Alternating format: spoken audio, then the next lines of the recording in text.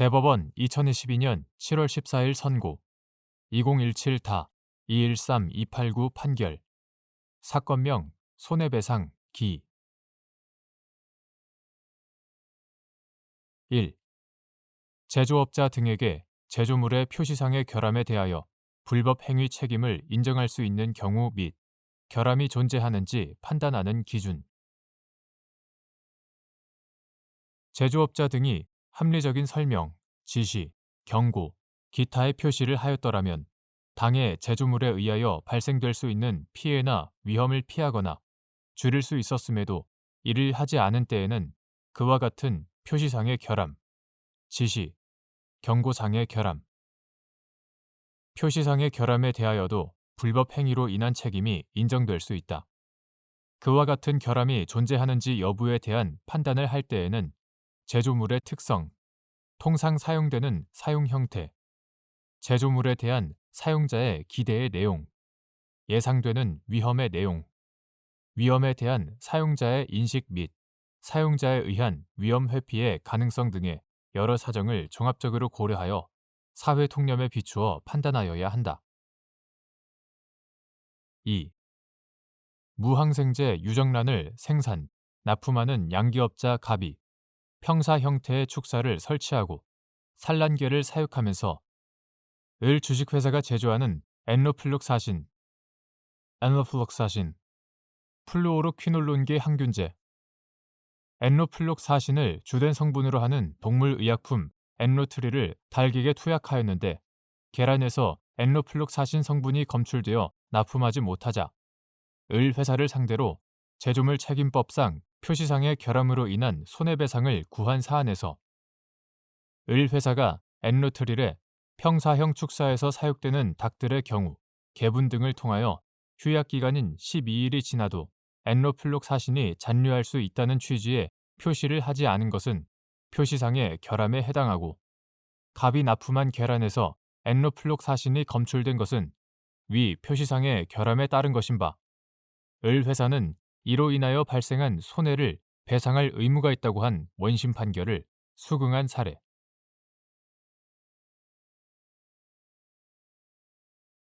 대법원 2022년 7월 14일 선고 2017-242-232 판결 사건명 손해배상 기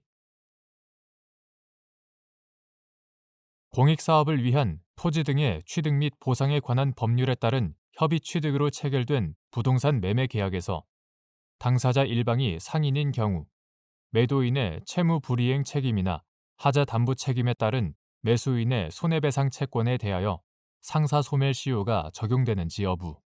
적극. 당사자 일방에 대하여만 상행위에 해당하는 행위로 인한 채권도 상법 제64조에서 정한 5년의 소멸시효 기간이 적용되는 상사채권에 해당하는데 여기서 말하는 상행위에는 기본적 상행위, 상법 제46조 각호, 기본적 상행위뿐만 아니라 상인이 영업을 위하여 하는 보조적 상행위, 상법 제47조, 보조적 상행위도 포함되고 상인의 행위는 영업을 위하여 하는 것으로 추정된다. 이때 매매 계약이 상행위에 해당하는 경우 매매 계약에 의해 직접 생긴 채권뿐만 아니라 매도인의 채무 불이행 책임이나 하자 담보 책임에 기한 매수인의 손해배상 채권에 대해서도 상사소멸시효가 적용된다. 한편 공익사업을 위한 토지 등의 취득 및 보상에 관한 법률 이하 토지보상법이라 한다. 토지보상법에 의한 협의 취득은 사법상의 매매 계약에 해당한다. 따라서 상인이 그 소유 부동산을 매도하기 위해 체결한 매매 계약은 영업을 위하여 한 것으로 추정되고 그와 같은 추정은 매매 계약이 토지보상법에 의한 협의 취득이라는 사정만으로 번복되지 않는다. 결국 당사자 일방이 상인인 경우에는 토지보상법에 의한 협의 취득으로 체결된 부동산 매매 계약이라고 하더라도 다른 사정이 없는 한 보조적 상행위에 해당하므로 매도인의 채무 불이행 책임이나 하자 담보 책임에 기한 매수인의 손해배상 채권에 대해서는 상사소멸시효가 적용된다.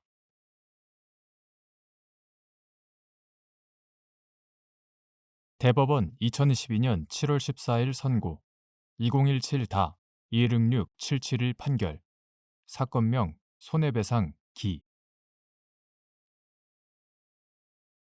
1. 교정시설 수용 행위로 인하여 수용자의 인간으로서의 존엄과 가치가 침해되었는지 판단하는 기준 및 수용자가 하나의 거실에 다른 수용자들과 함께 수용되어 거실 중 화장실을 제외한 부분의 1인당 수용 면적이 인간으로서의 기본적인 욕구에 따른 일상생활조차 어렵게 할 만큼 협소한 경우 수용자의 인간으로서의 존엄과 가치를 침해하는 것인지 여부. 원칙적 적극. 모든 국민은 인간으로서의 존엄과 가치를 가지며 국가는 개인이 가지는 불가침의 기본적 인권을 보장할 의무를 진다. 헌법 제10조.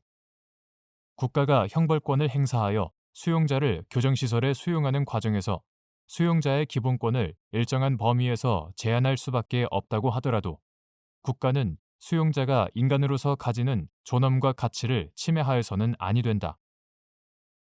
형의 집행 및 수용자의 처우에 관한 법률 이하 형집행법이라고 한다. 형집행법에 의하면 수용자의 인권은 최대한 존중되어야 하고 제4조 교정시설의 거실, 작업장, 접견실이나 그 밖의 수용 생활을 위한 설비는 그 목적과 기능에 맞도록 설치되어야 하며 특히 거실은 수용자가 건강하게 생활할 수 있도록 적정한 수준의 공간과 채광, 통풍, 난방을 위한 시설이 갖추어져야 한다. 제6조 제2항. 따라서 국가가 인간의 생존에 필요한 필수적이면서 기본적인 시설이 갖추어지지 않은 교정시설에 수용자를 수용하는 행위는 수용자의 인간으로서의 존엄과 가치를 침해하는 것으로서 위법한 행위가 될 수 있다. 비록 형집행법이 2007년 12월 21일 법률 제8728호로 전부 개정되어 2008년 12월 22일 시행되기 이전 구 행정법에서는 교정시설의 설비 수준에 관한 형집행법 제6조 제2항과 같은 규정을 두지 않았고 단지 제1조의 3에서 수용자의 기본적 인권은 최대한 존중되어야 한다는 취지의 규정만 두고 있었더라도 수용자의 인간으로서의 존엄과 가치는 헌법상 보호되는 것인 점을 고려하면 위와 같은 내용은 구 행정법이 시행되던 시기에도 마찬가지라고 보아야 한다. 교정시설 수용 행위로 인하여 수용자의 인간으로서의 존엄과 가치가 침해되었는지는 수용거실의 수용자 1인당 수용 면적, 수용자에게 제공되는 의류, 침구, 음식, 식수 및 기타 영양 상태, 채광, 통풍, 냉난방 시설 및 기타 위생시설의 상태, 수용자가 거실 밖에서 자유로이 운동하거나 활동할 수 있는 시간과 장소의 제공 정도, 교정시설의 의료 수준 등 수용자의 수용 환경에 관한 모든 사정을 종합적으로 고려하여 판단하여야 한다. 그런데 수용자가 하나의 거실에 다른 수용자들과 함께 수용되어 거실 중 화장실을 제외한 부분의 1인당 수용 면적이 인간으로서의 기본적인 욕구에 따른 일상생활조차 어렵게 할 만큼 협소하다면 그러한 과밀 수용 상태가 예상할 수 없었던 일시적인 수용률의 폭증에 따라 교정기관이 부득이 거실 내 수용 인원수를 조정하기 위하여 합리적이고 필요한 정도로 단기간 내에 이루어졌다는 등의 특별한 사정이 없는 한 그 자체로 수용자의 인간으로서의 존엄과 가치를 침해한다고 봄이 타당하다. 2. 국가 배상 책임에서 공무원의 행위가 법령을 위반하였다는 의미 및 교정시설 수용 행위로 인하여 수용자의 인간으로서의 존엄과 가치가 침해된 경우 그 수용 행위가 공무원의 법령을 위반한 가해 행위가 될 수 있는지 여부. 적극. 국가 배상 책임에서 공무원의 가해 행위는 법령을 위반한 것이어야 하는데 여기서 법령을 위반하였다 함은 엄격한 의미의 법령 위반뿐 아니라 인권 존중, 권력 남용 금지, 신의 성실과 같이 공무원으로서 마땅히 지켜야 할 준칙이나 규범을 지키지 않고 위반한 경우를 포함하여 널리 그 행위가 객관적인 정당성을 결여하고 있음을 뜻한다. 따라서 교정시설 수용 행위로 인하여 수용자의 인간으로서의 존엄과 가치가 침해되었다면 그 수용 행위는 공무원의 법령을 위반한 가해 행위가 될 수 있다. 3. 구치소 등 교정시설에 수용된 후 출소한 갑 등이 혼거실 등에 과밀 수용되어 정신적, 육체적 고통을 겪었다고 주장하며 국가를 상대로 위자료 지급을 구한 사안에서 수용자 1인당 도면상 면적이 2제곱미터 미만인 거실에 수용되었는지를 위법성 판단의 기준으로 삼아 갑 등에 대한 국가 배상 책임을 인정한 원심 판단을 수긍한 사례.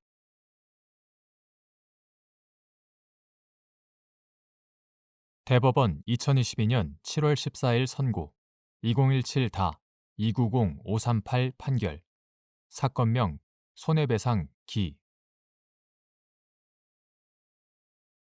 1. 공무원의 부작위를 이유로 국가 배상 책임을 인정하기 위한 요건 및 그중 법령 위반의 의미 관련 공무원에 대하여 자위 의무를 명하는 법령 규정이 없는 경우 공무원의 부작위를 이유로 국가 배상 책임을 인정할 것인지 판단하는 기준 공무원의 부작위를 이유로 국가 배상 책임을 인정하기 위해서는 공무원의 자위로 국가 배상 책임을 인정하는 경우와 마찬가지로 공무원이 직무를 집행하면서 고의 또는 과실로 법령을 위반하여 타인에게 손해를 입힌 때라는 국가배상법 제2조 제1항의 요건이 충족되어야 한다. 여기서 법령 위반이란 엄격하게 형식적 의미의 법령에 명시적으로 공무원의 자기 의무가 규정되어 있는데도 이를 위반하는 경우만을 의미하는 것은 아니고 인권 존중, 권력 남용 금지, 신의 성실과 같이 공무원으로서 마땅히 지켜야 할 준칙이나 규범을 지키지 않고 위반한 경우를 포함하여 널리 객관적인 정당성이 없는 행위를 한 경우를 포함한다.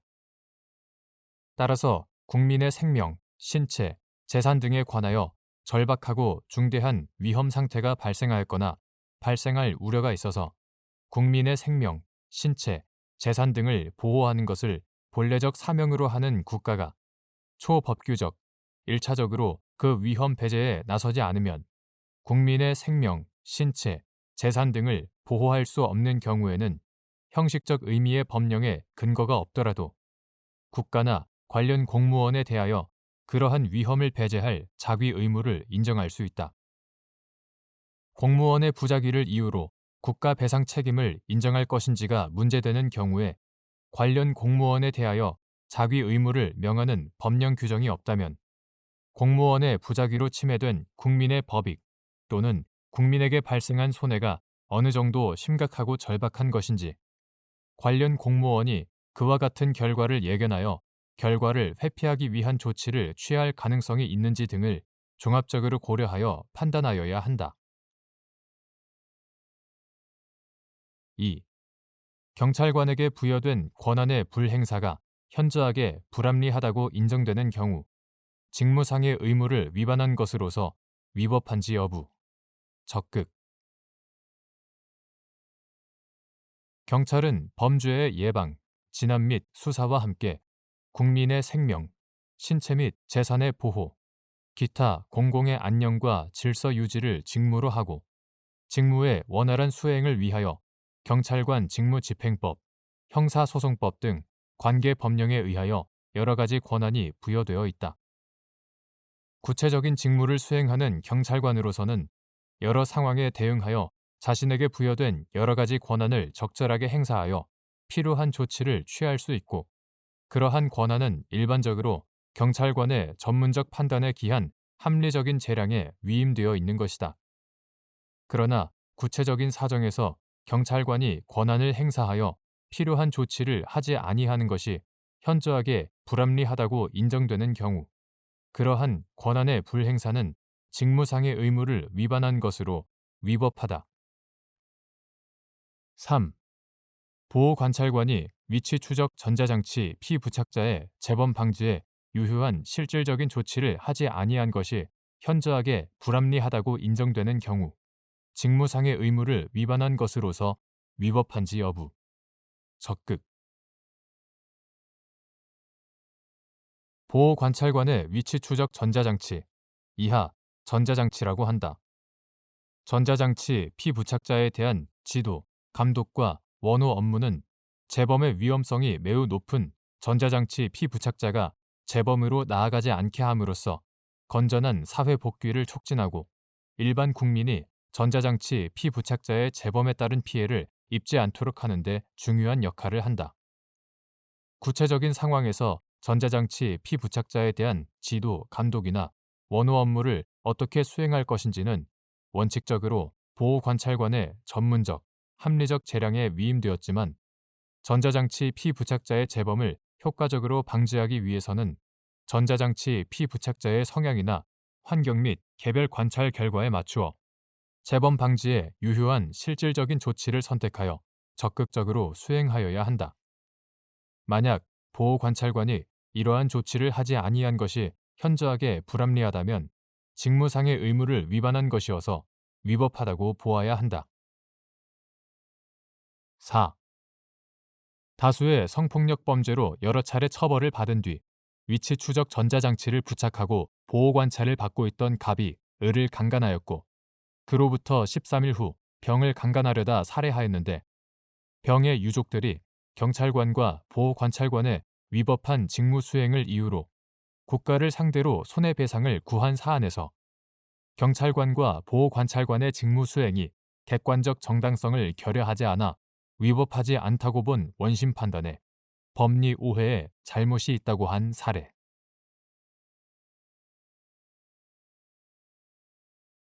대법원 2022년 7월 14일 선고 2019-27-261 판결. 사건명 손해배상. 1. 투자 관련 계약에서 당사자 일방이 상대방에게 자신이 보유한 주식의 매수를 청구하면 주식에 관한 매매 계약이 체결되는 것으로 정한 경우 이러한 주식 매수 청구권의 법적 성질. 형성권. 이와 같은 주식 매수 청구권의 행사 기간이 제척 기간인지 여부, 적극 및 행사 기간에 관한 약정이 없는 경우 주식 매수 청구권의 행사 기간을 정하는 기준. 투자 관련 계약에서 당사자 일방이 상대방에게 자신이 보유한 주식의 매수를 청구하면 주식에 관한 매매 계약이 체결되는 것으로 정한 경우 이러한 주식 매수 청구권은 일방의 의사표시에 따라 매매 계약이라는 새로운 법률 관계를 형성하는 권리로서 일종의 형성권에 해당한다. 이와 같이 계약에 따라 발생하는 형성권인 주식 매수 청구권의 행사 기간은 제척 기간이다. 제척 기간은 일반적으로 권리자로 하여금 자신의 권리를 신속하게 행사하도록 함으로써 법률 관계를 조속히 확정하려는데 그 제도의 취지가 있으나 법률 관계를 조속히 확정할 필요성의 정도는 그 권리를 정한 계약마다 다르므로 주식 매수 청구권의 행사 기간을 정할 때에도 이를 고려해야 한다. 우선 계약에서 주식 매수 청구권의 행사 기간을 약정한 때에는 주식 매수 청구권은 그 기간 내에 행사되지 않으면 제척 기간의 경과로 소멸한다. 반면 주식 매수 청구권의 행사 기간에 관한 약정이 없는 때에는 그 기초가 되는 계약의 성격, 주식 매수 청구권을 부여한 동기나 그로 말미암아 달성하고자 하는 목적, 주식 매수 청구권 행사로 발생하는 채권의 행사 기간 등을 고려하여 주식 매수 청구권의 행사 기간을 정해야 한다. 2. 상행위인 투자 관련 계약에서 투자자가 약정에 따라 투자를 실행하여 주식을 취득한 후 투자 대상 회사 등의 의무 불이행이 있는 때에 투자자에게 다른 주주 등을 상대로 한 주식 매수 청구권을 부여하는 경우 이러한 주식 매수 청구권은 5년의 제척 기간이 지나면 소멸하는지 여부, 적극 및 그 행사 기간은 투자 대상 회사 등의 의무 불이행이 있는 때부터 기산하는지 여부, 원칙적 적극. 상행위인 투자 관련 계약에서 투자자가 약정에 따라 투자를 실행하여 주식을 취득한 후 투자 대상 회사 등의 의무 불이행이 있는 때에 투자자에게 다른 주주 등을 상대로 한 주식 매수 청구권을 부여하는 경우가 있다. 특히 주주 간 계약에서 정하는 의무는 의무자가 불이행하더라도 강제집행이 곤란하거나 그로 인한 손해액을 주장, 증명하기 어려울 수 있는데, 이때 주식 매수 청구권 약정이 있으면 투자자는 주식 매수 청구권을 행사하여 상대방으로부터 미리 약정된 매매 대금을 지급받음으로써 상대방의 의무 불이행에 대해 용이하게 권리를 행사하여 투자 원금을 회수하거나 수익을 실현할 수 있게 된다. 이러한 주식 매수 청구권은 상행위인 투자 관련 계약을 체결한 당사자가 달성하고자 하는 목적과 밀접한 관련이 있고, 그 행사로 성립하는 매매 계약 또한 상행위에 해당하므로, 이때 주식 매수 청구권은 상사소멸시효에 관한 상법 제64조를 유추 적용하여 5년의 제척기간이 지나면 소멸한다고 보아야 한다.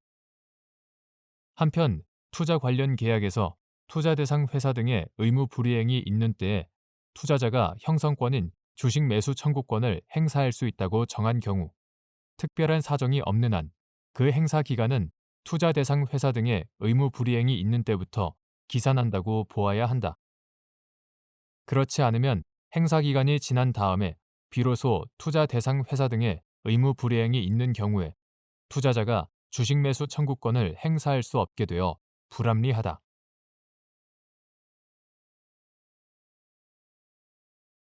대법원 2022년 7월 14일 선고 2019다 281-156 판결. 사건명 사해행위 취소. 1.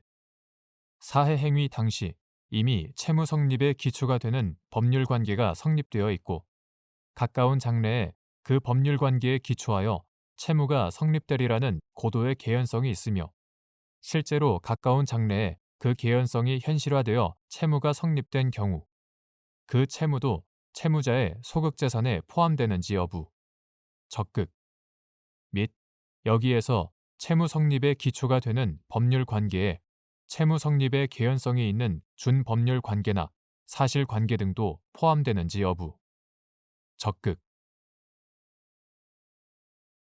민법 제406조의 채권자 취소권의 대상인 사해행위란 채무자가 적극재산을 감소시키거나 소극재산을 증가시킴으로써 채무 초과 상태에 이르거나 이미 채무 초과 상태에 있는 것을 심화시킴으로써 채권자를 해치는 행위를 말한다. 채무 초과 상태를 판단할 때 소극재산은 원칙적으로 사해행위가 있기 전에 발생되어야 하지만, 사해행위 당시 이미 채무 성립의 기초가 되는 법률 관계가 성립되어 있고, 가까운 장래에 그 법률 관계에 기초하여 채무가 성립되리라는 고도의 개연성이 있으며, 실제로 가까운 장래에 그 개연성이 현실화되어 채무가 성립되었다면 그 채무도 채무자의 소극재산에 포함된다. 여기에서 채무 성립의 기초가 되는 법률 관계에는 당사자 사이의 약정에 의한 법률 관계에 한정되지 않고, 채무 성립의 개연성이 있는 준법률 관계나 사실관계 등도 포함된다. 따라서 당사자 사이의 채권 발생을 목적으로 하는 계약의 교섭이 상당히 진행되어 계약 체결의 개연성이 고도로 높아진 단계도 여기에 포함될 수 있다. 2. 토지나 건물의 양도에 따른 양도소득세와 지방소득세 납부 의무의 성립 시기. 양도 차익이 발생한 토지나 건물의 양도일이 속하는 달의 말일 및 여기에서 양도와 양도 시기의 의미. 토지나 건물의 양도에 관한 계약 등의 교섭이 진행되는 경우 이를 양도소득세와 지방소득세 채무 성립에 개연성 있는 준법률 관계나 사실관계 등에 해당한다고 볼 수 있는지 여부, 소극. 사해행위로 주장되는 토지나 건물의 양도 자체에 대한 양도소득세와 지방소득세 채무를 사해행위로 주장되는 행위 당시의 채무 초과 상태를 판단할 때 소극재산으로 고려할 수 있는지 여부, 소극. 토지나 건물의 양도에 따른 양도소득세와 지방소득세는 과세 표준이 되는 금액이 발생한 달, 즉 양도로 양도 차익이 발생한 토지나 건물의 양도일이 속하는 달의 말일에 소득세를 납부할 의무가 성립한다. 여기에서 양도는 대가적 수입을 수반하는 유상양도를 가리키고 소득세법 제98조, 같은 법 시행령 제162조에 따르면 양도 시기는 대금을 청산하기 전에 소유권 이전 등기를 하는 경우 등 예외적인 경우를 제외하고는 대금이 모두 지급된 날을 가리킨다. 사해 행위로 주장되는 토지나 건물의 양도 자체에 대한 양도소득세와 지방소득세 채무는 통상적으로 토지나 건물의 양도에 대한 대금이 모두 지급된 이후에 비로소 성립하므로 사해 행위로 주장하는 행위 당시에는 아직 발생하지 않는다. 양도소득세와 지방소득세 채무 성립의 기초가 되는 법률 관계가 사해 행위로 주장되는 행위 당시 이미 성립되었다거나 이에 기초하여 이러한 채무가 성립할 고도의 개연성이 있다고 볼 수도 없다. 토지나 건물에 관하여 소득세법에 따른 양도가 이루어지지 않았을 때에는 양도소득세와 지방소득세 채무 성립의 기초가 되는 법률 관계가 존재한다고 보기 어렵고 토지나 건물의 양도에 관한 계약 등의 교섭이 진행되는 경우라 하더라도 이는 양도소득세와 지방소득세 채무를 성립시키기 위한 교섭이라고 볼 수 없어서 채무 성립에 개연성 있는 준법률 관계나 사실관계 등에 해당한다고 볼 수 없다. 따라서 사해 행위로 주장되는 토지나 건물의 양도 자체에 대한 양도소득세와 지방소득세 채무는 사해 행위로 주장되는 행위 당시의 채무 초과 상태를 판단할 때 소극재산으로 고려할 수는 없다.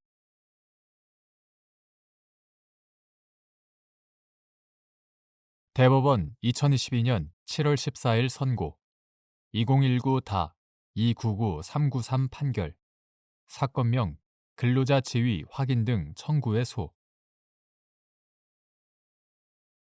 1. 파견 근로자 보호 등에 관한 법률 제6조의 2, 제1항에 따른 직접 고용 의무는 근로자 파견을 업으로 하는 자가 주체가 되어 행하는 근로자 파견의 경우에 적용되는지 여부. 적극. 근로자 파견을 업으로 하는 자에 해당하는지 판단하는 기준 및 이때 근로자 파견 행위의 반복, 계속성과 영업성은 원고용주를 기준으로 판단하여야 하는지 여부. 원칙적 적극. 고유한 사업 목적을 가지고 독립적 기업 활동을 영위하는 계열 회사 간 전출에 따른 근로관계를 근로자 파견 관계로 단정할 수 있는지 여부. 소극. 파견 근로자 보호 등에 관한 법률 이하 파견법이라 한다.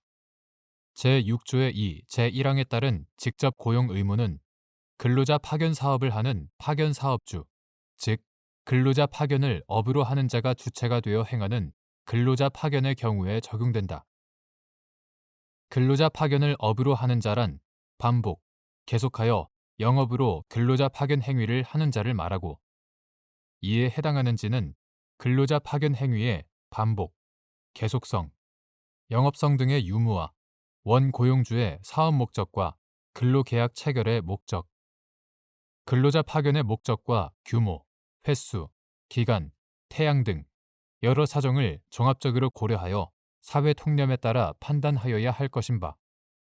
위와 같은 반복, 계속성과 영업성은 특별한 사정이 없는 한 근로자 파견 행위를 한 자, 즉 원고용주를 기준으로 판단하여야 한다.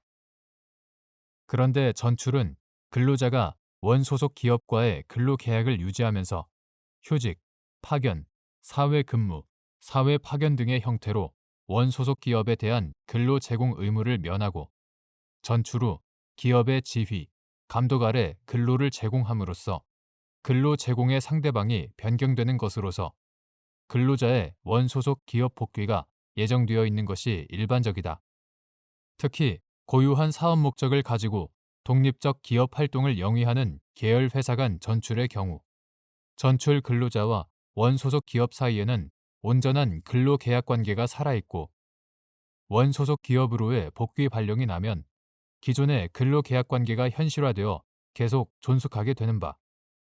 위와 같은 전출은 외부 인력이 사업 조직에 투입된다는 점에서 파견법상 근로자 파견과 외형상 유사하더라도 그 제도의 취지와 법률적 근거가 구분되므로 전출에 따른 근로관계에 대하여 외형상 유사성만을 이유로 원소속 기업을 파견법상 파견사업주, 전출 후 기업을 파견법상 사용사업주의 관계로 파악한 것은 상당하지 않고 앞서 본 바와 같이 여러 사정을 종합적으로 고려하여 신중하게 판단하여야 한다. 2. 정보통신 사업 등을 영위하는 갑 주식회사의 플랫폼 사업 부문이 분할되어 을 주식회사가 설립되었고 그 후 을 회사의 분할을 통해 플랫폼 사업을 전담하는 병 주식회사가 설립되었는데 갑 회사가 플랫폼 관련 신규 사업을 진행하면서 계열 회사인 을 회사와 병 회사로부터 다수의 근로자를 전출받았고 이에 따라 위 사업의 담당 부서로 전출되어 관련 업무를 수행한 을 회사 소속 근로자인 정 등이 갑 회사를 상대로 근로자 지위 확인 등을 구한 사안에서 재반 사정에 비추어 을 회사와 병 회사를 근로자 파견을 업으로 하는 자라고 보기는 어려운데도 이와 달리 보아 갑 회사의 직접 고용 의무를 인정한 원심 판단에 법리 오해에 잘못이 있다고 한 사례.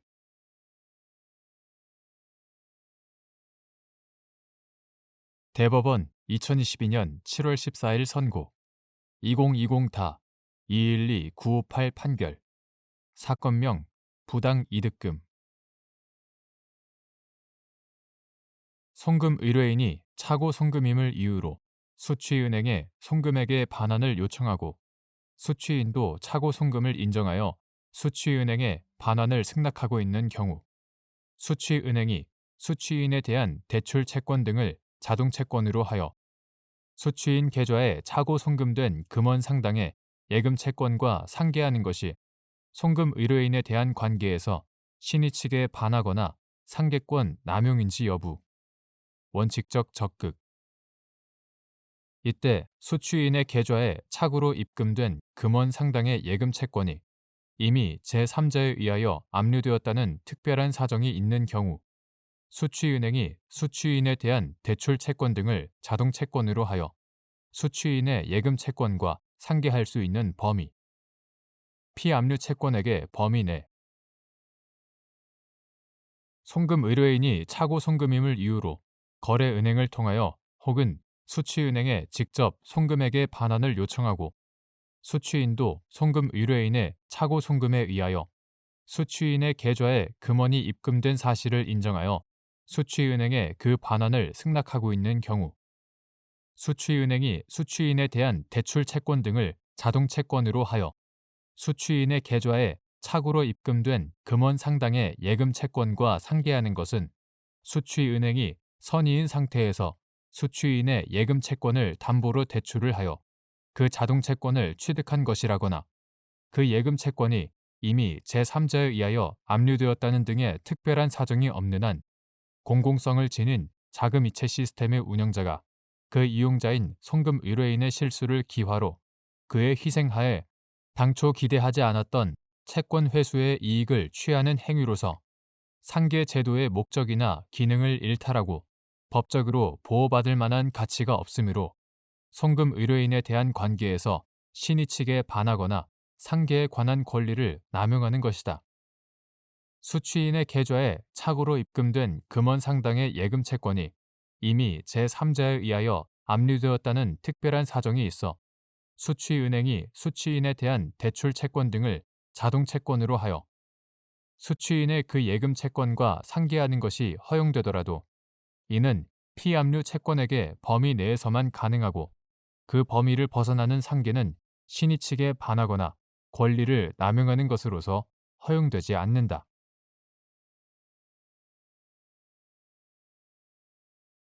대법원 2022년 7월 14일 선고 2020다 230-857 판결 사건명 손해배상 자 1. 법원이 자동차의 운행으로 인해 부상을 당한 사람에 대하여 자동차 손해배상 보장법과 그 시행령에서 정한 후유장애 급수를 판정하는 방법. 자동차 손해배상 보장법 이하 자동차 손배법이라 한다. 자동차 손배법은 자동차 보유자는 자동차의 운행으로 다른 사람이 사망하거나 부상한 경우에 피해자에게 대통령령이 정하는 금액을 지급할 책임을 지는 책임보험 또는 책임공제에 가입하여야 한다고 정하고 있고 제5조 제1항 9 자동차 손해배상 보장법 시행령 2021년 1월 5일 대통령령 제31380호로 개정되기 전의 것 이하 동법 시행령이라 한다. 동법 시행령은 자동차 손배법 제5조 제1항에 따라 자동차 보유자가 가입하여야 하는 책임보험 또는 책임공제의 보험금 또는 공제금 이하 책임보험금이라 한다. 책임보험금의 액수에 관하여 부상에 대한 치료를 마친 후 더 이상의 치료 효과를 기대할 수 없고 그 증상이 고정된 상태에서 그 부상이 원인이 되어 신체의 장애 이하 후유장애라 한다. 후유장애가 생긴 경우에는 별표 2에서 정하는 금액의 범위에서 피해자에게 발생한 손해액으로 정하고 있다.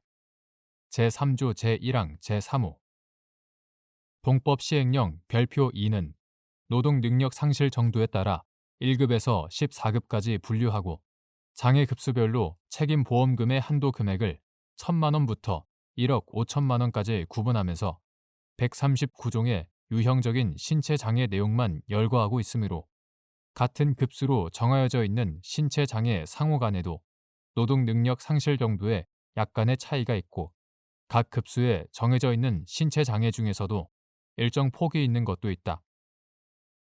이러한 후유장애 급수는 의료기관에서 신체 감정 등을 통하여 산정된 노동 능력 상실률과 반드시 일치한 것이 아니고 그 노동 능력 상실률에 따라 후유장애 급수를 결정해야 하는 것도 아니며 의학적 신체 기능 장애율에 대한 감정인의 감정 결과도 사실 인정에 관하여 특별한 지식과 경험을 요하는 경우에 법관이 그 특별한 지식, 경험을 이용하는 데 불과하여 보도자료의 하나로서 이용될 뿐이므로 법원으로서는 자동차의 운행으로 인하여 부상을 당한 사람의 후유장애 급수를 정함에 있어 감정 결과를 비롯한 증거에 의하여 인정되는 상해의 내용 및 정도 등을 동법 시행령 별표 2에서 정한 신체 장애 내용의 문헌상 의미와 각 급수별 신체 장애 내용의 체계 등에 비추어 규범적으로 판단하여야 한다.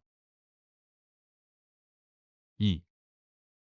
자동차 사고로 피해자에게 부상으로 인한 치료비 등 손해가 발생한 경우 그 치료비 등 손해액과 관련하여 부상으로 인한 책임보험금이 아닌 후유장애로 인한 책임보험금을 청구할 수 있는지 여부.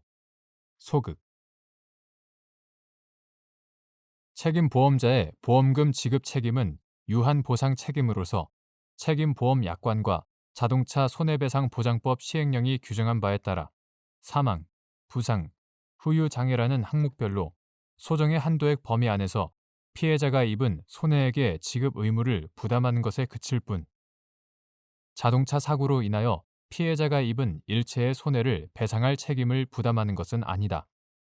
즉, 9 자동차 손해배상 보장법 시행령 2021년 1월 5일 대통령령 제31380호로 개정되기 전의 것 9 자동차 손해배상 보장법 시행령은 자동차 손해배상 보장법 제5조 제1항의 책임보험금 액수를 첫째, 부상한 경우 제3조 제1항 제2호 부상한 경우와 둘째, 후유장애가 생긴 경우 제3조 제1항 제3호 후유장애가 생긴 경우를 구분하면서 셋째, 부상한 자에게 후유장애가 생긴 경우에는 제3조 제1항 제2호에 따라 산정된 부상으로 인한 책임보험금과 제3호에 따라 산정된 후유장애로 인한 책임보험금을 각 한도액의 범위에서 합산하여 지급하도록 규정하고 있고 제3조 제2항 제2호 여기서 말하는 후유장애란 부상한 경우와 달리 부상에 대한 치료를 마친 후 더 이상의 치료 효과를 기대할 수 없고 그 증상이 고정된 상태에서 그 부상이 원인이 되어 신체에 장애가 생긴 경우를 의미한다. 제3조 제1항 제3호. 따라서 자동차 사고로 인하여 피해자에게 부상으로 인한 치료비 등 손해가 발생하였더라도 그 손해와 관련하여 부상으로 인한 책임보험금이 아닌 후유장애로 인한 책임보험금으로 청구할 수는 없다.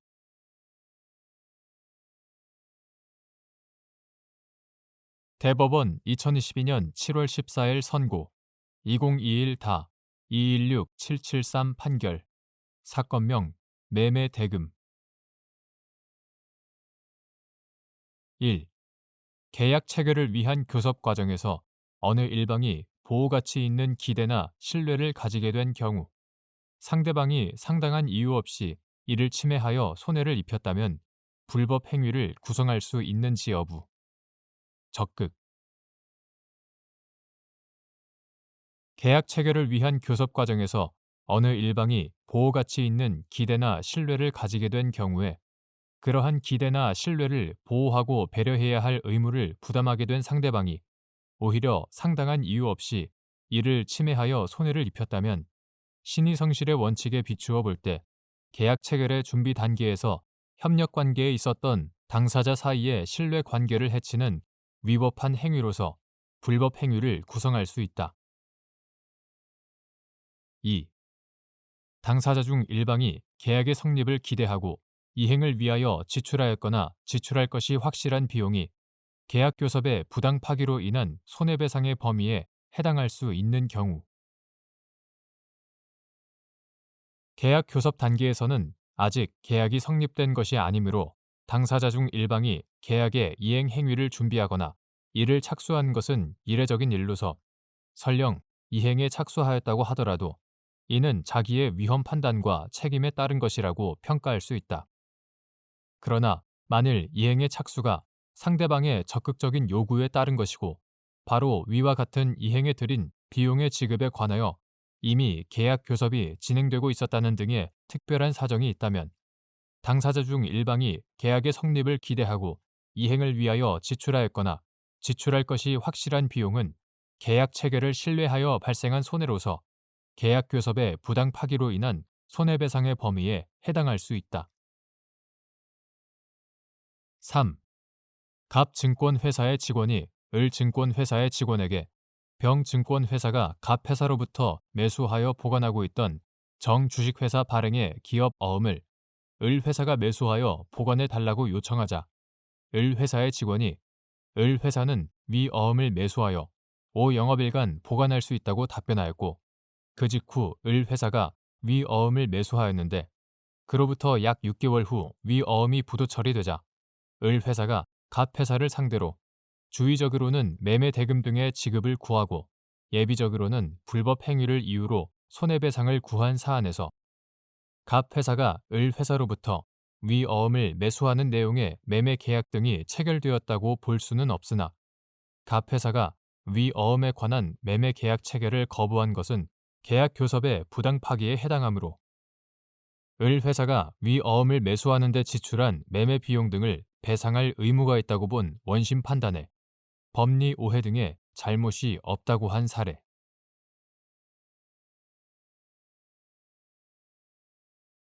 대법원 2022년 7월 14일 선고 2021다 281999 등 판결 사건명 조합원 부담금 청구 등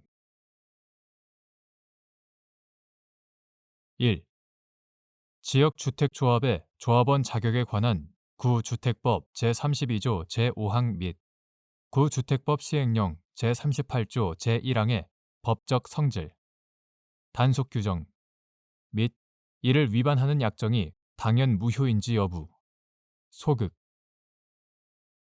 당사자가 통정하여 단속 규정을 위반하는 법률 행위를 한 경우 선량한 풍속, 기타 사회 질서에 위반한 사항을 내용으로 하는 법률 행위에 해당하는지 여부, 적극. 지역주택조합의 조합원 자격에 관한 구주택법 2015년 7월 24일 법률 제1343호로 개정되기 전의 것 제32조 제5항 및 구주택법 시행령 2014년 12월 23일 대통령령 제25880호로 개정되기 전의 것. 제38조 제1항은 단순한 단속 규정에 불과할 뿐 효력 규정이라고 할 수 없어 당사자 사이에 이를 위반한 약정을 하였다고 하더라도 그 약정이 당연히 무효라고 할 수는 없다. 다만 당사자가 통정하여 위와 같은 단속 규정을 위반하는 법률 행위를 한 경우에 비로소 선량한 풍속, 기타 사회 질서에 위반한 사항을 내용으로 하는 법률 행위에 해당하게 된다. 2. 지역주택조합의 조합원이 조합 가입계약 체결 당시에는 조합원 자격 요건을 충족하였으나 주택조합 설립 인가 신청일 이후 조합원의 지위를 상실한 경우 그 후 이행기가 도래하는 부담금을 납부할 의무를 면하는지 여부, 적극 및 조합 가입 계약을 체결하였으나 그 당시는 물론 주택조합 설립 인가 신청일까지 조합원 자격 요건을 충족하지 못한 경우 주택조합 설립 인가 신청일 이후 이행기가 도래하는 부담금을 납부할 의무를 면하는지 여부, 적극 지역주택조합과 조합원 사이의 법률 관계는 근거 법령이나 조합 규약의 규정, 조합 총회의 결의 또는 조합과 조합원 사이의 약정에 따라 규율된다.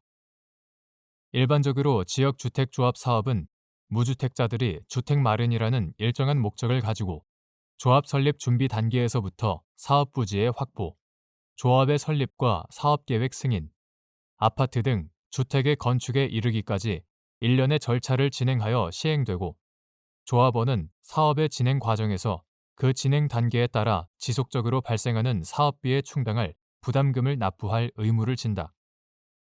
근거 법령에 따라 마련된 조합 규약이나 조합 가입 계약에는 조합원의 의무로서 부담금 및 기타 비용에 관한 납부 의무를 정하고 조합원 지위를 상실한 경우 납부한 부담금에 대하여 별도의 환불 범위, 방법 및 시기 등을 정하고 있는데 이러한 지역주택조합 사업과 조합 가입 계약의 성질, 조합 규약이나 조합 가입 계약의 내용, 당사자들의 의사, 조합원 부담금 납부의 성질, 형태와 방법 등을 고려하여 보면 조합원이 그 지위를 상실하면 그 효력은 장래에 향해서만 미친다고 보아야 한다.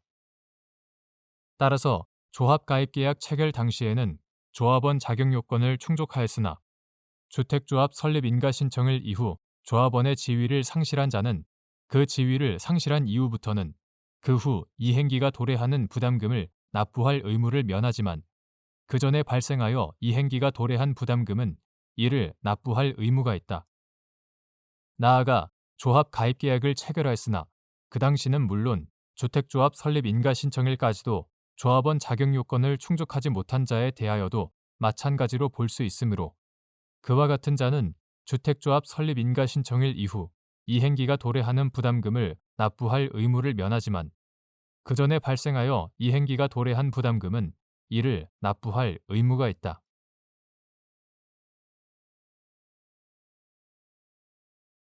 대법원 2022년 7월 14일 선고 2021다 294674 판결 사건명 예금 반환 1.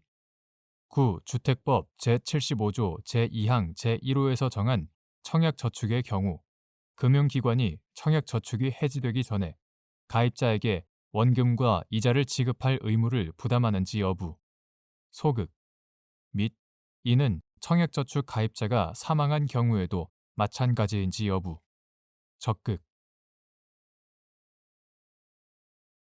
구주택법 2015년 6월 22일 법률 제13379호로 개정되기 전의 것 및 구주택공급에 관한 규칙 2015년 9월 1일 국토교통부령 제227호로 개정되기 전의 것 구주택공급에 관한 규칙의 관계 규정에다가 입주자 저축의 법적 성격을 종합하여 보면 금융기관은 청약저축이 해지되기 전에는 가입자에게 원금과 이자를 지급할 의무를 부담하지 않고 이는 청약저축 가입자가 사망한 경우에도 마찬가지라고 보아야 한다. 2. 청약저축의 가입자가 사망하였고 여러 명의 상속인이 있는 경우 청약저축예금 계약을 해지하려면 상속인들 전원이 해지의 의사표시를 하여야 하는지 여부. 원칙적 적극.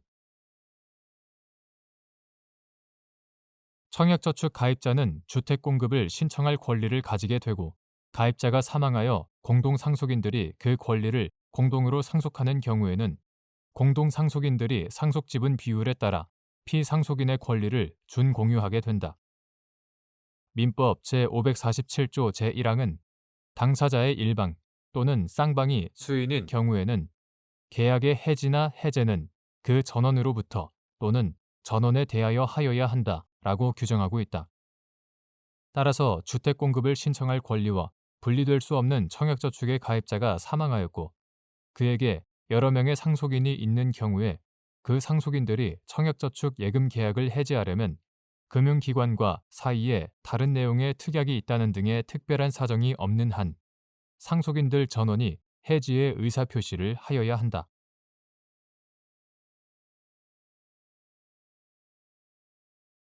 대법원 2022년 7월 14일 선고 2022다 206391 판결 사건명 손해배상 기 1. 도시 및 주거환경정비법상 주택재건축정비사업조합의 법적 지위 행정주체 주택재건축정비사업조합이 행정주체의 지위에서 수립하는 관리처분 계획의 법적 성격, 행정처분 및 이에 관하여 조합이 갖는 재량권의 행사 방법 도시 및 주거환경정비법 이하 도시정비법이라 한다. 도시정비법에 따른 주택재건축정비사업조합 이하 재건축조합이라 한다. 재건축조합은 관할 행정청의 감독 아래 도시정비법상의 주택재건축 사업을 시행하는 공법인 도시정비법 제38조 공법인으로서 그 목적 범위 내에서 법령이 정하는 바에 따라 일정한 행정작용을 행하는 행정주체의 지위를 갖는다. 재건축조합이 행정주체의 지위에서 도시정비법 제74조에 따라 수립하는 관리처분 계획은 정비사업의 시행 결과 조성되는 대지 또는 건축물의 권리 귀속에 관한 사항과 조합원의 비용 분담에 관한 사항 등을 정함으로써 조합원의 재산상 권리, 의무 등에 구체적이고 직접적인 영향을 미치게 되므로 이는 구속적 행정계획으로서 재건축조합이 행하는 독립된 행정처분에 해당한다. 재건축조합이 행정주체의 지위에서 수립하는 관리처분 계획은 행정계획의 일종으로서 이에 관하여는 재건축조합의 상당한 재량이 인정되므로 재건축조합은 종전의 토지 또는 건축물의 면적, 이용 상황, 환경, 그 밖의 사항을 종합적으로 고려하여 대지 또는 건축물이 균형 있게 분양 신청자에게 배분되고 합리적으로 이용되도록 그 재량을 행사해야 한다. 2. 주택 재건축 정비사업조합의 총회가 새로운 총회 결의로서 종전 총회 결의의 내용을 철회하거나 변경할 수 있는 자율성과 형성의 재량을 가지는지 여부. 적극. 주택 재건축 정비사업조합의 내부 규범을 변경하는 총회 결의가 적법하기 위한 요건 및 그 총회 결의가 신뢰 보호 원칙에 위반되는지 판단하는 방법. 주택 재건축 정비사업조합 이하 재건축조합이라 한다.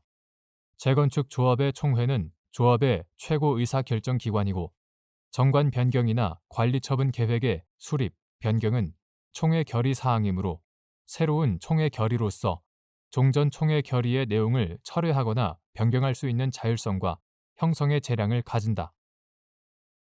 그러나 이러한 자율성과 재량이 무제한적일 수는 없으므로 조합 내부의 규범을 변경하고자 하는 총회 결의가 적법하려면 상위 법령, 정관에서 정한 절차와 의결정 족수를 갖추어야 한다. 나아가 그 내용도 상위 법령, 정관에 위배되지 않아야 함은 물론 재건축 조합에서 일단 내부 규범이 정립되면 조합원들은 특별한 사정이 없는 한 그것이 존속하리라는 신뢰를 가지게 됨에 비추어 내부 규범 변경을 통해 달성하려는 이익이 종전 내부 규범의 존속을 신뢰한 조합원들의 이익보다 우월하여야 한다. 조합 내부 규범을 변경하는 취지의 총회 결의가 신뢰 보호 원칙에 위반되는지를 판단하기 위해서는 종전 내부 규범의 내용을 변경하여야 할 객관적 사정과 필요가 존재하는지, 그로써 조합이 달성하려는 이익은 어떠한 것인지, 내부 규범의 변경에 따라 조합원들이 침해받는 이익은 어느 정도의 보호 가치가 있으며 그 침해 정도는 어떠한지, 조합이 종전 내부 규범의 존속에 대한 조합원들의 신뢰 침해를 최소화하기 위하여 어떤 노력을 기울였는지 등과 같은 여러 사정을 종합적으로 비교, 형량해야 한다. 3. 주택 재건축 정비 사업 조합이 관리 처분 계획의 수립 혹은 변경을 통한 집단적인 의사 결정 방식 외에 개별 조합원과 사적으로 그와 관련한 약정을 체결한 경우, 약정의 당사자인 개별 조합원이 조합에 대하여 약정 내용대로 관리 처분 계획을 수립하도록 강제할 수 있는 민사상 권리를 가지는지 여부. 소극. 주택 재건축 정비 사업 조합 이하 재건축 조합이라 한다. 재건축 조합이 관리 처분 계획의 수립 혹은 변경을 통한 집단적인 의사결정 방식 외에 전체 조합원의 일부인 개별 조합원과 사적으로 그와 관련한 약정을 체결한 경우에도 구속적 행정계획으로서 재건축 조합이 행하는 독립된 행정처분에 해당하는 관리처분 계획의 본질 및 전체 조합원 공동의 이익을 목적으로 하는 재건축 조합의 행정주체로서 갖는 공법상 재량권에 비추어 재건축 조합이 개별 조합원 사이의 사법상 약정에 직접적으로 구속된다고 보기는 어렵다.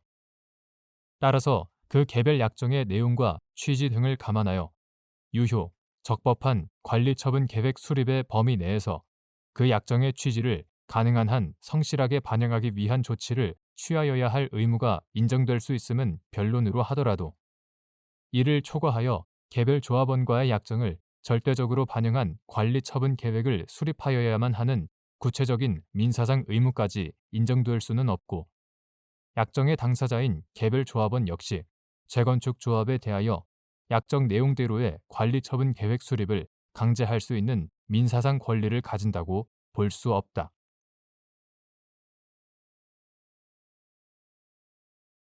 대법원 2022년 7월 14일 선고 2022다 225767 등 판결 사건명 매매대금 등 1. 당사자 사이에 계약의 해석을 둘러싸고 이견이 있어 당사자의 의사 해석이 문제되는 경우 계약 해석의 방법. 당사자 사이에 계약의 해석을 둘러싸고 이견이 있어 당사자의 의사 해석이 문제되는 경우에는 계약의 형식과 내용, 계약이 체결된 동기와 경위, 계약으로 달성하려는 목적, 당사자의 진정한 의사, 거래 관행 등을 종합적으로 고려하여 논리와 경험의 법칙, 그리고 사회 일반의 상식과 거래의 통념에 따라 합리적으로 해석하여야 한다. 2. 계약이 성립하기 위하여 요구되는 의사의 합치의 정도. 당사자 사이에 체결된 계약과 이에 따라 장래 체결할 본 계약을 구별하고자 하는 의사가 명확하거나 일정한 형식을 갖춘 본계약 체결이 별도로 요구되는 경우 등의 특별한 사정이 없는 경우, 매매 계약이 성립하였다고 보기에 충분한 합의가 있었음에도 법원이 매매 계약 성립을 부정하고 매매 예약에 불과하다고 단정할 수 있는지 여부. 소극.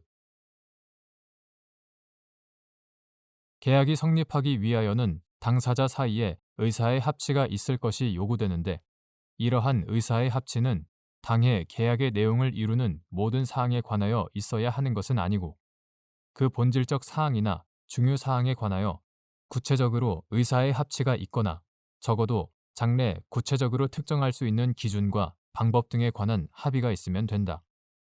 따라서 당사자 사이에 체결된 계약과 이에 따라 장래 체결할 본 계약을 구별하고자 하는 의사가 명확하거나 일정한 형식을 갖춘 본 계약 체결이 별도로 요구되는 경우 등의 특별한 사정이 없다면 매매 계약이 성립하였다고 보기에 충분한 합의가 있었음에도 법원이 매매 계약 성립을 부정하고 별도의 본계약이 체결되어야 하는 매매 예약에 불과하다고 단정할 것은 아니다.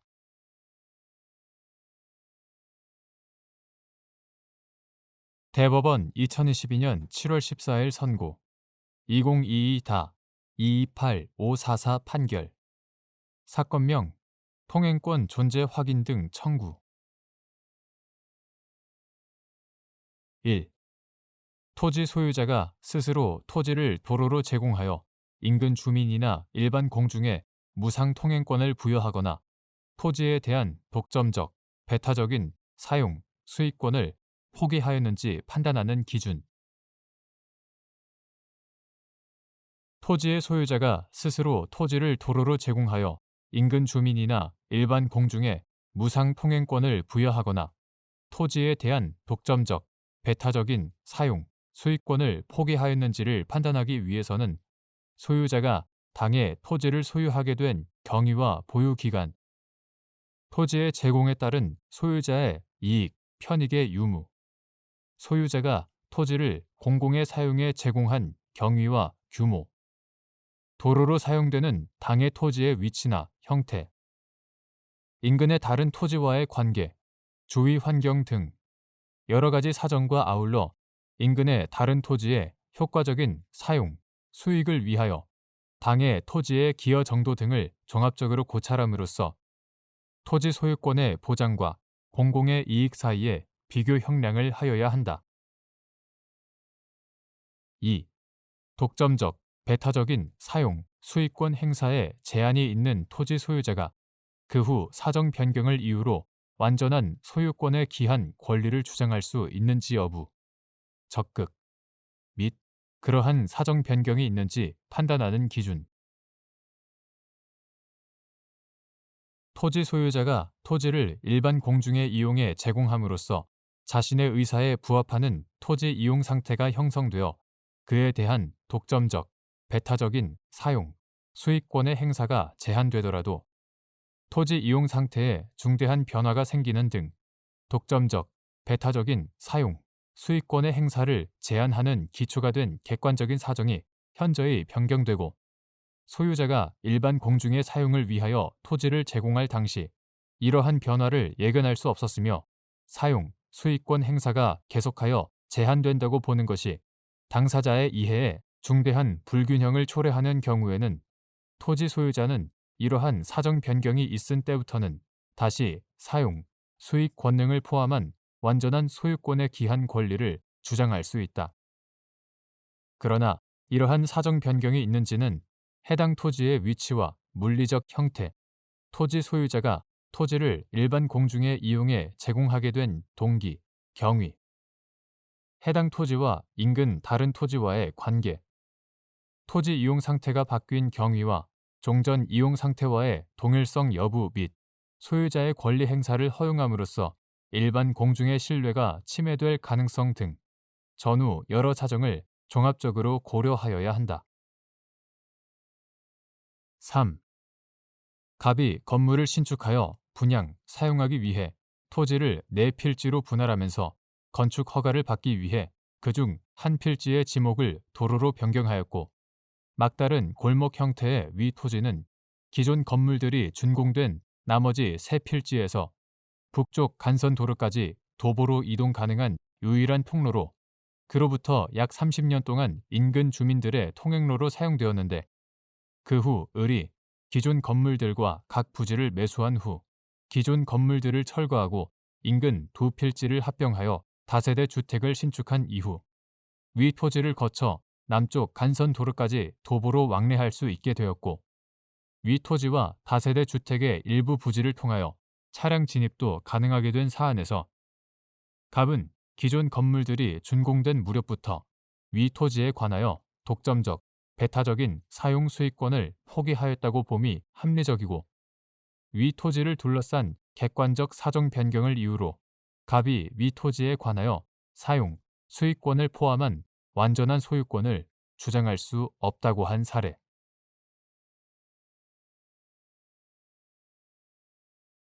대법원 2022년 7월 21일 선고 2017다 236749 전원 합의체 판결 사건명 토지인도 동일인 소유이던 토지와 지상 건물이 매매 등으로 각각 소유자를 달리하게 되었을 때 건물 철거 특약이 없는 한 건물 소유자가 법정 지상권을 취득한다는 관습법이 현재에도 여전히 법적 규범으로서 효력을 유지하고 있는지 여부. 적극.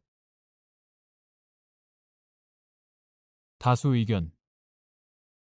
동일인 소유이던 토지와 그 지상 건물이 매매 등으로 인하여 각각 소유자를 달리하게 되었을 때 그 건물 철거 특약이 없는 한 건물 소유자가 법정 지상권을 취득한다는 관습법은 현재에도 그 법적 규범으로서의 효력을 여전히 유지하고 있다고 보아야 한다. 구체적인 이유는 아래와 같다. 첫째, 민법 제185조는 물권은 법률 또는 관습법에 의하는 외에는 임의로 창설하지 못한다 라고 규정함으로써 관습법에 의한 물권의 창설을 인정하고 있다. 관습법에 의하여 법정 지상권이라는 제한 물권을 인정하는 이상 토지 소유자는 건물을 사용하는 데 일반적으로 필요하다고 인정되는 범위에서 소유권 행사를 제한받을 수밖에 없다. 따라서 관습법상 법정 지상권을 인정하는 결과 토지 소유자가 일정한 범위에서 소유권 행사를 제한받는다는 사정은 관습법상 법정 지상권의 성립을 부인하는 근거가 될 수 없다.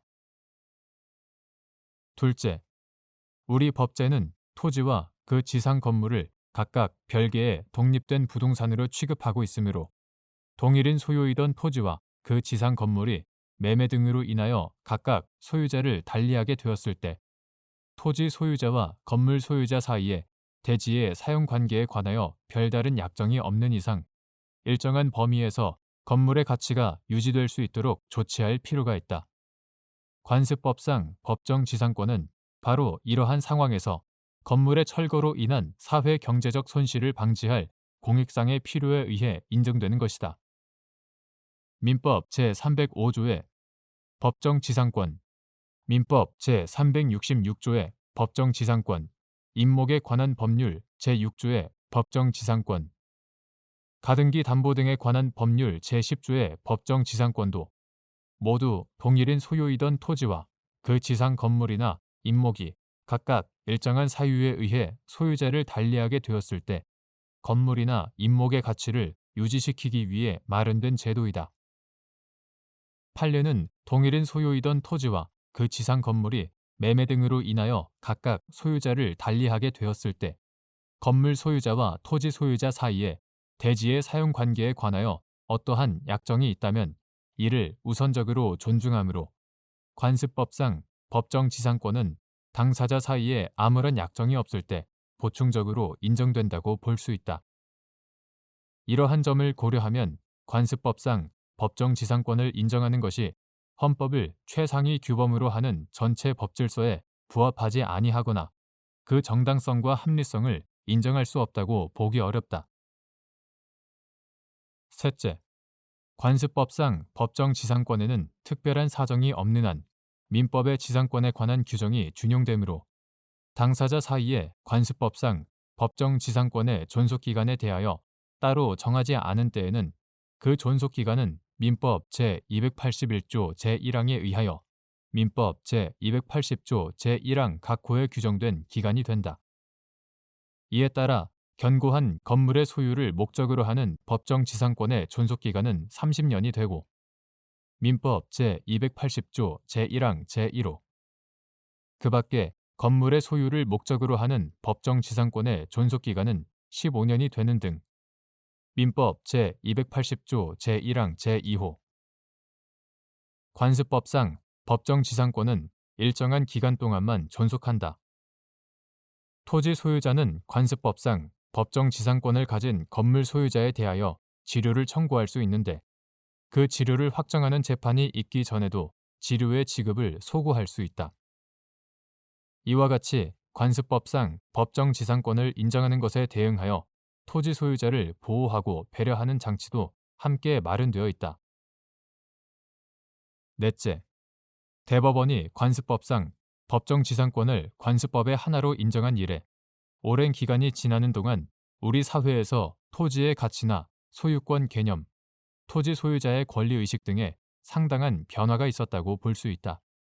그러나 그렇다고 보더라도 여전히 이에 못지않게 건물의 철거로 인한 사회 경제적 손실을 방지할 공익상의 필요성이나 건물 소유자 혹은 사용자의 이익을 보호할 필요성도 강조되고 있다.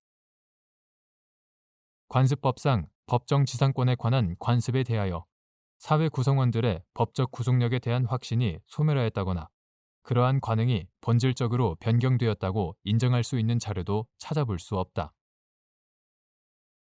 대법관 김재형의 반대 의견.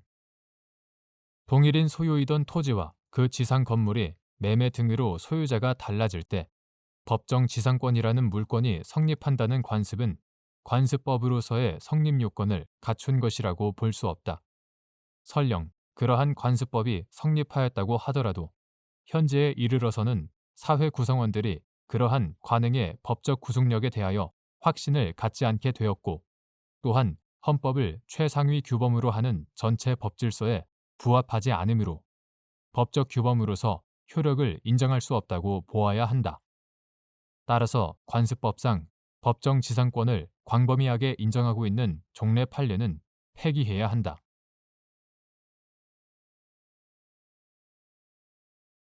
대법원 2022년 7월 21일 선고 2018다 248855 등 전원 합의체 판결 사건명 손해배상 기 등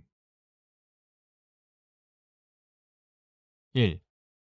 당사자 사이에 채무 불이행이 있으면 위약금을 지급하기로 약정한 경우 위약금 약정이 손해배상액의 예정인지 위약벌인지 판단하는 방법 및 위약금을 위약벌로 보아야 하는 경우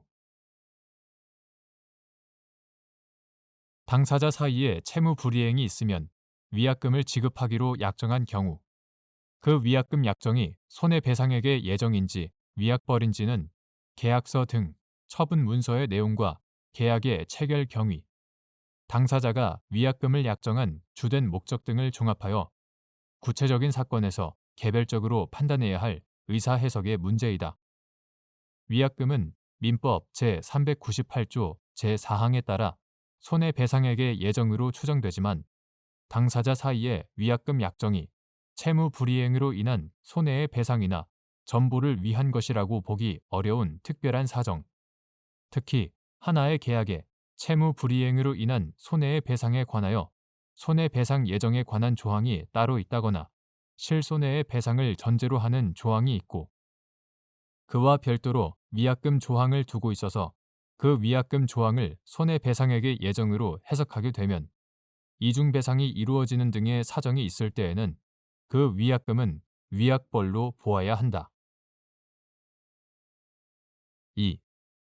손해배상액의 예정에 관한 민법 제398조 제2항을 유추 적용하여 위약벌을 감액할 수 있는지 여부.